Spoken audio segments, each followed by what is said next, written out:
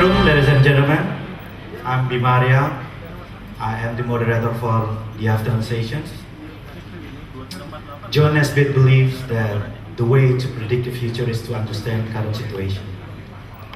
Malcolm X said that the future belongs to those who prepare for it today. So we believe that those who have a better assessment, a better understanding of existing situation will be better prepared for the future. The first speakers, let me invite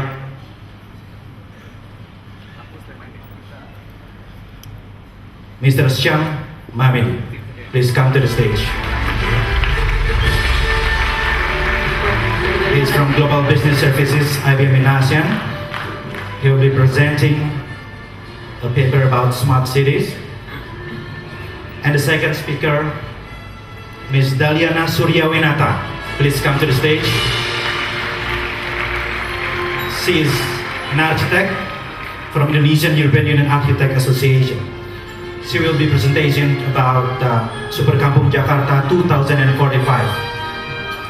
And please come to the stage, our third speaker, Ms. Nikki Manby. Nikki is the head of Emerging Products and Innovation, Gita.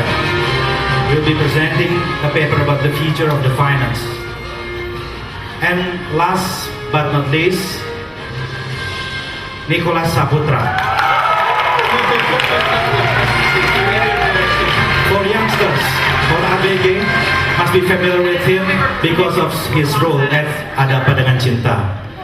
But for those who are activists, familiar with Nico, with his role as Sahoki. Thank you.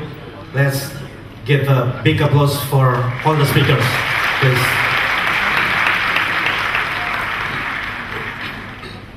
Well, I'll give the first opportunity to Shyam Mamidi to give a presentation in 15 minutes. Thank you. Good afternoon, everybody. I hope you had a nice time in the morning, and I hope you had a nice lunch. Let's talk about smarter cities. This is about what cities are going to be in future. So those will be the cities which will be ruled by most of you. And so let's hear a little more on what your future is looking. So just an introduction, I'm from IBM. I head up the business consulting services. IBM is a 440,000 employee company living for about 100 years now. And we have the largest IT research organization, more than 3,000 people. We have got 5 Nobel Peace Prize winners in IBM. And we are the biggest IT services provider in the world, more than 100 billion company. So that's about IBM. Rest is all about cities, okay? So what's city? City is what it is because our citizens are what they are. And this goes back many, many years before for Athens by Plato. So city concept is not new and it has been there for a long time. And if you visit back 3 centuries, then what you see, 19th century was century of empires, and we have heard and we study it in our history. 20th century was about nation states, and 21st century is about cities. And why do we say so? And this is because city is rapidly developing, and all the world is rapidly connecting very, very fast. There are instrumented now. There are more than 30 billion RFID tags now available in the world. 22% of the world, about 1.46 billion of the people are online, and 85% of the new automobiles will be having even data. So they are able to track a lot more in the future because of the technology now. So let's talk about smarter cities. Smarter cities because cities need to be smart because city populations are at record high. There are 60 million people who are moving to cities every year, and including some urban areas.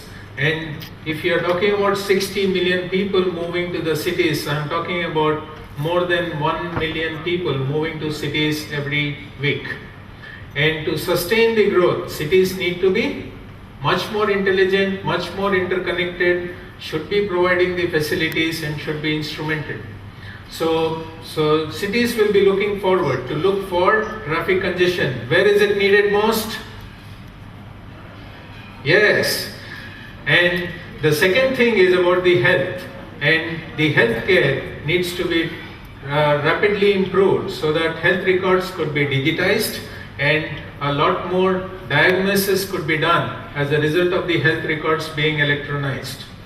Improving access and quality of education. Is it needed in most of the cities? Yes, it's needed for the youth. And enhancing the surveillance systems so that we can reduce and control the crime rates. I'll talk a little more about that in the next slides. The next one is manage power, the electricity power I'm talking about. Okay? And manage power more intelligently, and finally improve the access to and quality of water. Indonesia, I think most of you know, 249 million people, 58% of the people still live in cities and in the urban areas. By 2025, more than 60% of the people are going to live. And you have got an estimated of 7.5 million vehicles in the city of Jakarta, about 75 million vehicles in the country. And what happens in a rainy day or in the rush hour? We get an average of 12 km per hour, maybe 10 to 12 km per hour speed. What does it mean? A huge loss of petrol costs. 17.2 billion rupiah of fuel lost due to idling of the cars. So look at your road network. I only want to raise one point here. 94% private vehicles serving 44% of the daily trips, but 6% which are public transportation needs to serve 56% of your daily trips. And that's what is the situation today and what could happen in the future. So what do you expect the future to be? This is your previous look where every division, the department of the urban systems used to talk to communities. But if we expand that, and this is what a city is. City is a system of systems where everything needs to be interconnected, everybody needs to be collaborating with everyone else. And that will give you, talking about smarter buildings here, improving traffic congestion, emergency responses, wastewater systems, be able to predict flood. Is it needed here? I think it's needed. And higher adoption of public transport. Two reasons. Because have you seen that percentage? And the second reason is it reduces the pollution because you can reduce the vehicles, the private vehicles. And next one is health and optimizing the decisions so that schools and all community facilities can be nearer. Okay? So if you need to do this, who does that? And can you imagine an auditorium like this, a screen like that, and you have a control room like that? Can you imagine a city which is run with a command center like that? And it exists today. It exists in Rio de Janeiro, where every single aspect of the city could be managed and maintained from there. It talks about traffic, water, flooding, infrastructure, emergency services, security services, everything all controlled from one room. Okay, so this is what we are talking about, smarter cities. And it contains planning, emergency response, traffic engineering, all aspects of it. Look at Miami Dolphins. You control the people getting into the stadium and out and make it as an entertaining experience for everybody on a game day. Look at the smarter energy. Shifting peak loads to off peaks can really give you 8% of energy demand to the off peak and reducing the cost of the electricity. You can imagine by having reduced electricity usage giving you more than 11% with a conservation pilot process. lighting in India, if you can control the lighting, that will give you a lot more savings. And you have got so many countries actually following that. Look at transportation. If you can do a little more better judgment of your congestion, like how Singapore does, you can estimate the traffic conditions 1 hour ahead with about 85% accuracy.